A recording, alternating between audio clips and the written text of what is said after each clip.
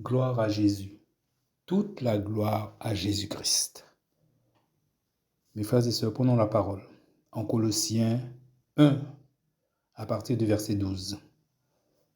N'oublions pas, mes amis, que les épîtres de Paul, là c'est Colossiens, ce sont des lettres qui ont été envoyées à l'attention des enfants de Dieu, des enfants du royaume de Dieu, ceux qui sont déjà dans le royaume de Dieu, les enfants de Dieu, les enfants du royaume, les citoyens du royaume. Voyez?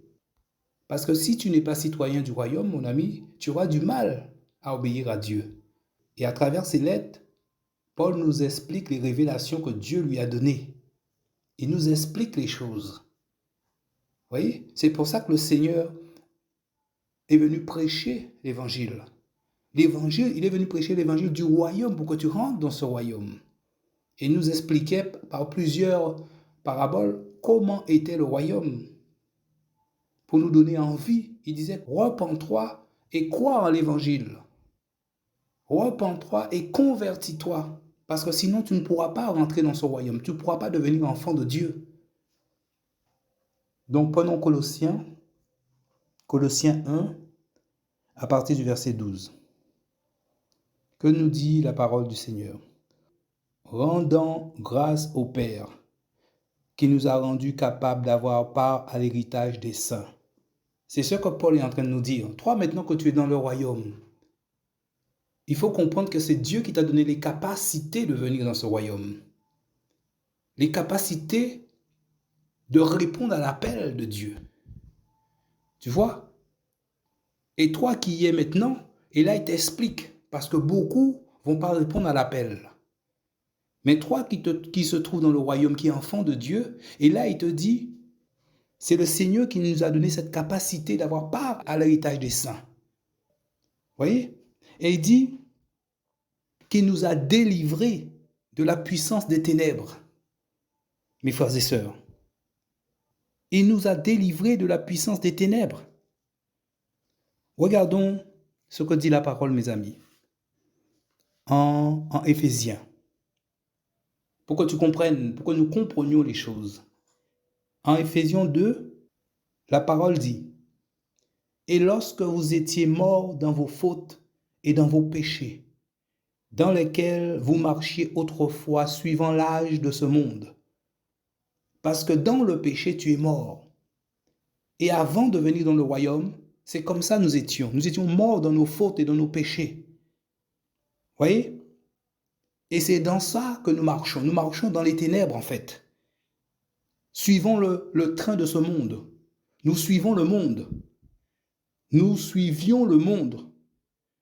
Et il dit, je reprends au verset 2, « Dans lesquels vous marchiez autrefois, suivant l'âge de ce monde, selon le prince de la puissance de l'air, qui est l'esprit qui agit maintenant avec efficacité dans les fils rebelles à Dieu. » Nous étions tous rebelles au Seigneur. Et c'est Satan qui agissait en nous. Et il dit, l'esprit qui agit maintenant avec efficacité. C'est-à-dire que cet esprit agit toujours sur ceux qui ne sont pas dans le royaume, parce qu'il n'a plus de puissance sur ceux qui sont dans le royaume. Vous voyez, mes frères et sœurs? Et c'est ce que nous dit la parole dans Colossiens. Nous avons été délivrés de la puissance des ténèbres, de l'esclavage du péché. Nous avons été délivrés. Donc celui qui est dans le royaume aujourd'hui, il obéit à la loi du royaume. Mes frères et sœurs, il n'obéit plus à la loi du monde. Satan n'agit plus en lui. L'esprit qui agit avec efficacité dans les fils rebelles, ceux qui sont encore rebelles, Satan n'a plus de pouvoir sur lui. Vous voyez, mes frères et sœurs? Et il dit au verset 13, qui nous a délivrés de la puissance des ténèbres et nous a transportés dans le royaume du Fils de son amour, mon frère, ma sœur. Tu vois, tu n'es plus dehors. Tu n'es plus un citoyen de dehors. Tu es dans le royaume. Dieu t'a transporté dans le royaume maintenant que tu es enfant de Dieu. Maintenant que tu t'es repenti. Vous voyez, Dieu t'a nettoyé. Tu es converti. Tu vois, mon ami, converti à la doctrine de Jésus. Mon frère, ma soeur. Tu es converti à la loi du royaume. Tu es converti au Seigneur aujourd'hui. Tu es une nouvelle créature. Maintenant, tu es dans le royaume. Parce que dans le royaume, ce sont des nouvelles créatures qui y sont. Mon frère, ma soeur. Donc, maintenant que tu es dans le royaume, tu ne vis plus selon le monde. Alors, si quelqu'un vit selon le monde, ça veut dire qu'il n'est pas dans le royaume de Dieu. Il vit encore dans le monde. Il est encore dans le monde, mon frère, ma soeur. Vous voyez? Et dans ce royaume, comme nous dit le verset 14, en qui nous avons la rédemption par son sang, c'est-à-dire, ou à savoir, la rémission des péchés. Et dans ce royaume, le Seigneur nous a pardonné. Donc, pour être pardonné, il faut être dans le royaume. Il faut être enfant de lumière, converti. Et quand tu es dans le royaume, tu dois marcher selon les lois du royaume qui est en toi, que Dieu a inscrit en toi. Mon frère, ma soeur. C'est ça, un enfant du royaume, un fils, une fille du royaume. Il a été transporté. Dieu a mis le royaume en toi. Parce que le Seigneur disait que le royaume ne vient pas à frapper le regard. Le royaume commence à venir en toi et Dieu te transporte dans le royaume. Tu es dans le royaume et le royaume est en toi. L'Esprit de Dieu est en toi. Et l'Esprit te transporte dans le royaume de Dieu, dans son royaume. Donc tu es un citoyen aujourd'hui du royaume de Dieu. Donc automatiquement tu obéis à la loi du royaume. Sinon tu ne serais plus dans ce royaume. Vous voyez mes frères et sœurs? Et dans ce royaume, nous appelons Jésus notre Seigneur, notre Sauveur. C'est lui qui nous a délivrés. Parce que Sauveur aussi veut dire libérateur. Il nous a libérés des griffes de Satan. Il nous a libérés. Il est notre Sauveur. Mes frères et sœurs. Et c'est pour ça aussi que quand le Seigneur disait, par exemple à Matthieu 7, verset 21, « Ceux qui me disent Seigneur, Seigneur n'entreront pas tous dans le royaume des cieux. » Vous voyez? Ce n'est pas tous ceux qui appellent Jésus Seigneur, Seigneur qui vont rentrer dans le royaume, c'est-à-dire qui vont être convertis. C'est ceux qui font la volonté de Dieu. Il faut accepter la volonté du Seigneur déjà pour rentrer dans ce royaume et persévérer. Donc il y a beaucoup de gens qui fréquentent les assemblées, mais ils ne sont pas convertis, ils ne sont pas dans le royaume de Dieu. Ils sont dans les sentiments. Mais Dieu n'est pas sentimental, mes frères et sœurs. Quand les deux fils d'Aaron sont rentrés dans le temple, il les a frappés, frères et sœurs.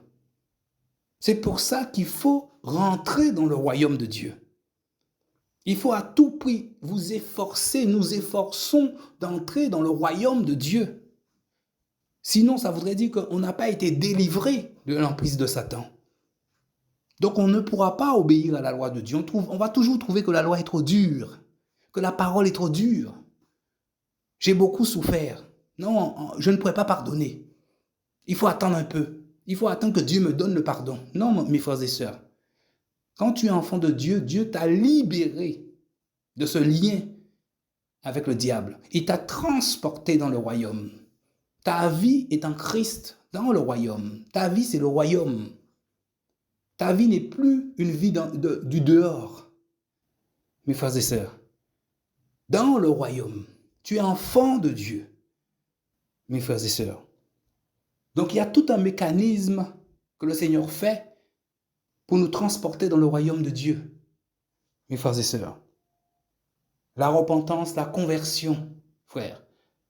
Et Dieu nous transporte dans son royaume. Donc on devient citoyen du royaume. On a été libéré de l'emprise de Satan. On est converti.